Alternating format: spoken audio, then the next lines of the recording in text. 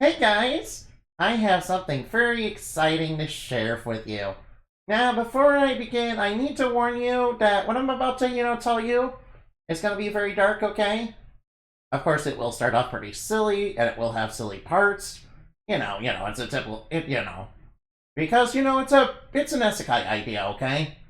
Just know that, I'm not doing anything that, that other Isekais haven't, already done, okay? So, with further ado, let's get on with it. Yeah, get on with it.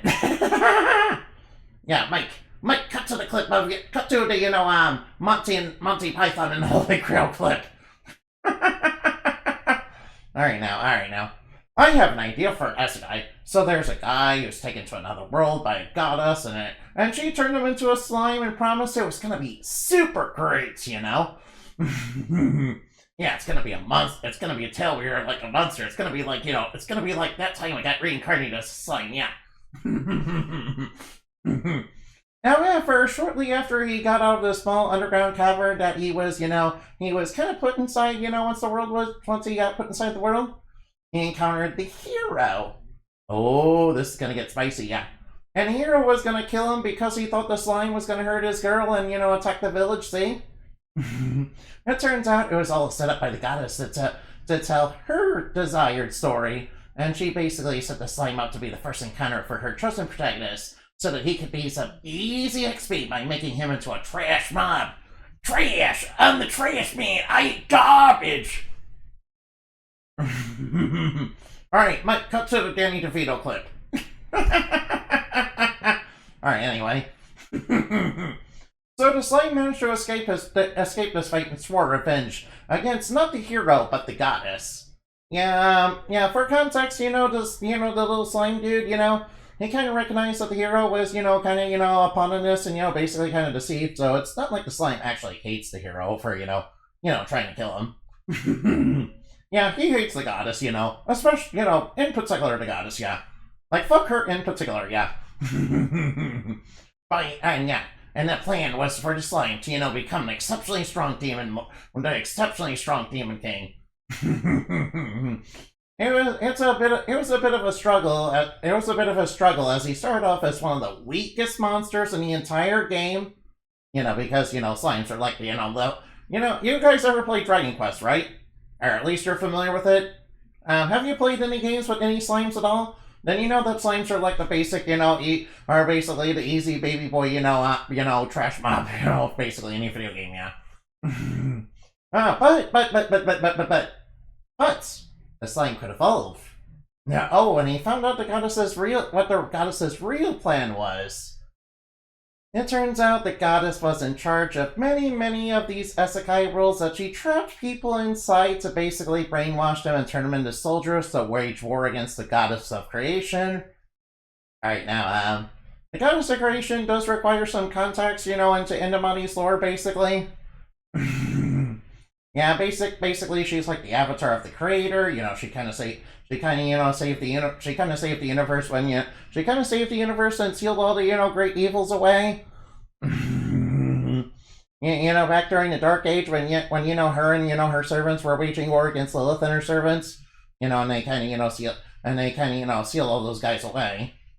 Only of course, there's also brings up context, of some of the Celestials, about kind of betraying humanity, and kind of tricking them into opening the box of evils, which contained the great evils, which were Lil's top servants, which were created by Scroller, is basically who is basically being from another universe, who's like the creator's younger brother, yeah, and and basically, long story short, what this has to do with Astarte, and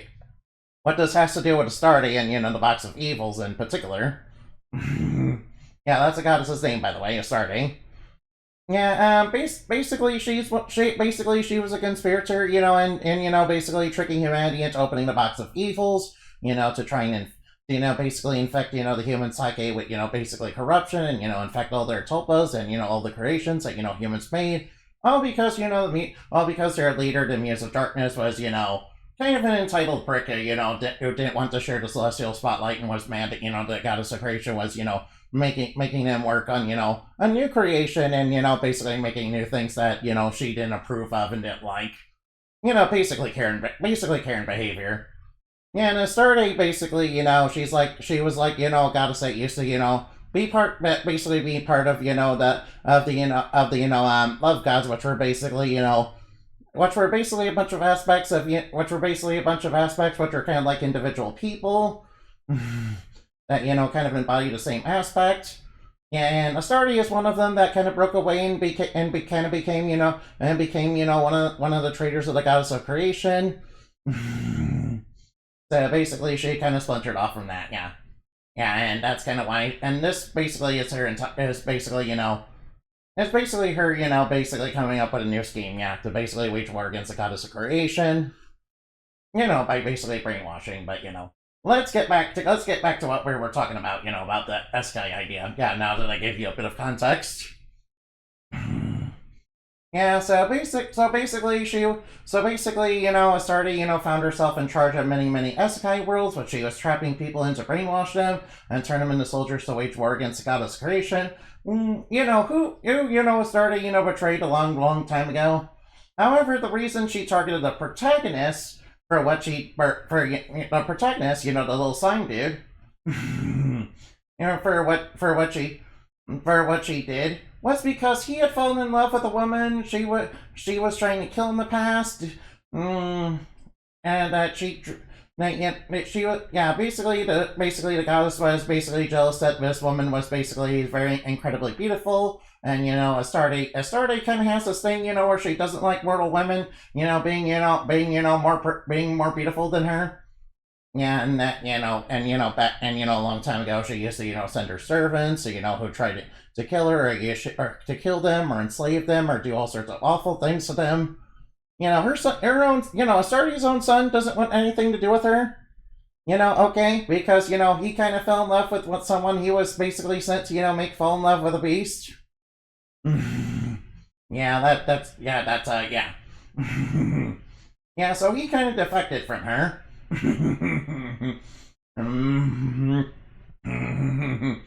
Yeah, so basically the reason, that Astarte basically turned the protagonist of this Isekai idea into a slime in the first place was because the protagonist had unintentionally kind of saved, the woman that, Astarte was targeting because he was kind of in love with the woman and, protected her from a lot of things, including like a demonic, living Isekai truck. Yeah, that's also a thing in the lore. Yeah, it's an evil Isekai truck that's like possessed by a spirit of a drunk driver that was kind of working with Astarte during this timeline. In the lore. Yeah, just gotta be honest about that. Yeah, it's a whole thing, yeah. Yeah, and basically the goddess of creation, also, eventually was successful in getting the woman and trapping her in one of these, Isekai worlds that she was in charge of. And you know what Astarte did? She basically had that, woman, basically live out her little life, being a hero and all that, eventually getting to max level and all that. Only to basically flip the script on her and, basically, drain all her levels and her strength and basically make her into a level 0, or snobby slave, yeah. For another one of the Isekai worlds, Demon Kings, yeah.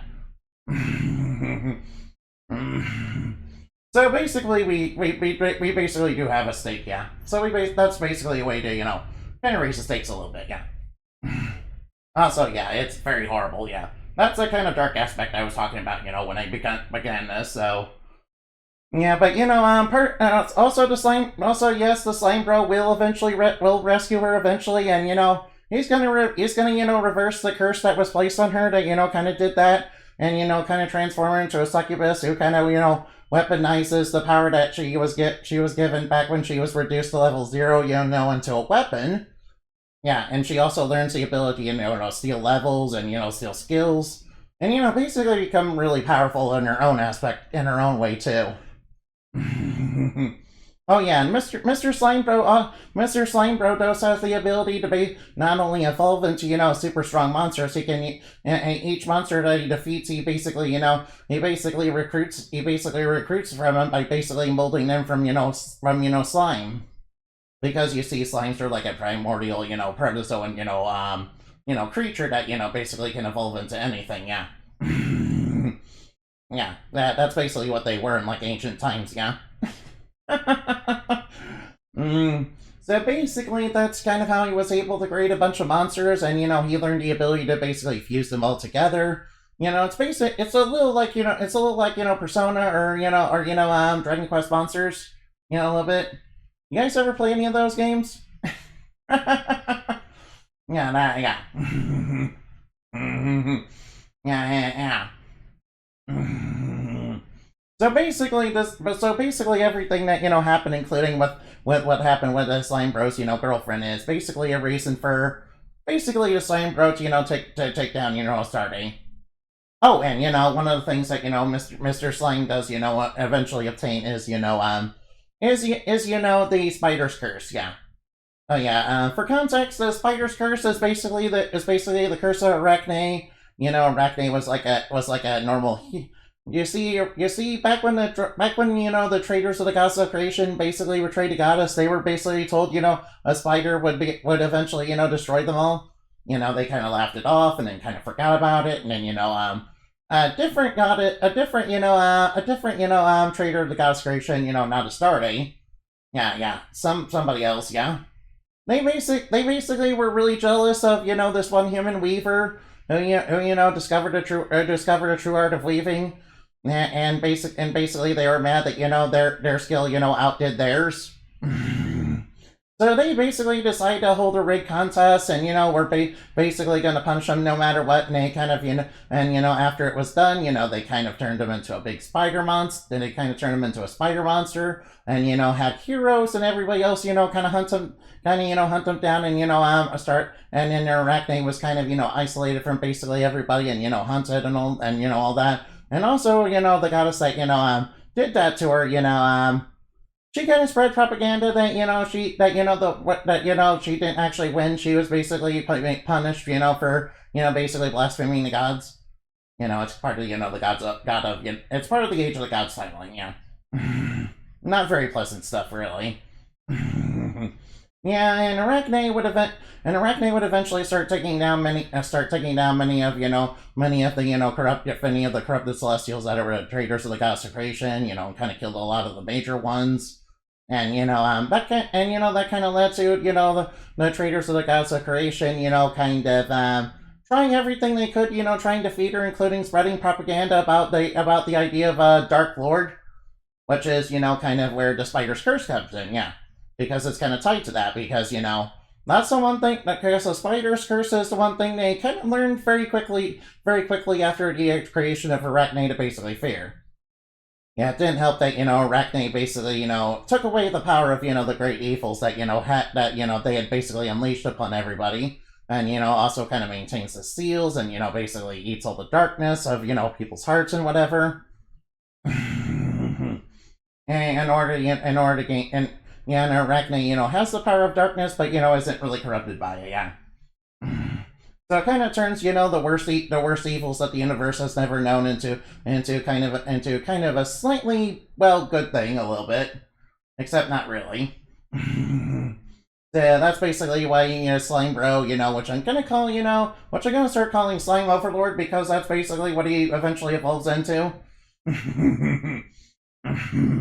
Oh, maybe I could have him like transform into like some sort of Eldritch God Slime or something. Yeah, but I don't want to just make it, a giant blob with a whole bunch of eyes and tentacles, because I think that'd be really boring. I'm pretty sure I could design something a little bit better than that. Anyway, I'll see it. Anyway, alright, anyway, that's all I have to share for you for today, and, excuse me, oof. Thank you for listening. Oh, wow, and mine, probably was frozen throughout most of that. Oh, well, that's okay. Anyway, see you later. Remember to fly like bat and shine like the wind, for where your stuffed dreams are made of. Bye-bye now.